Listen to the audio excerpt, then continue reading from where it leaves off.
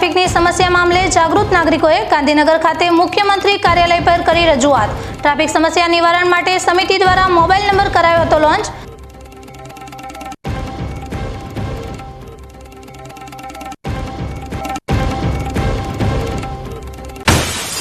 બનાસકાંઠામાં પણસાલ ટ્રસ્ટનું સૌ પ્રથમવાર અનોખું અભિયાન, પશુઓનો જીવ બચે તે માટે કૃત્રિમ બીજદાનનું અભિયાન।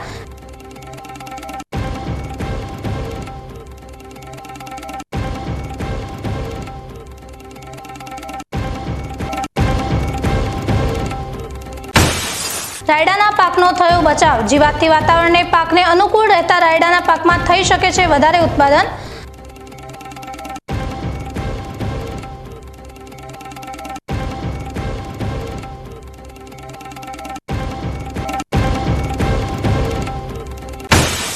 બનાસકાંઠામાં ટેકાના ભાવે 16 લાખ ક્વિન્ટલ મગફળીની કરાઈ ખરીદી, ખેડૂતોને મગફળીની ખરીદમાં 9.73 કરોડનું કરાયું ચૂકવણું।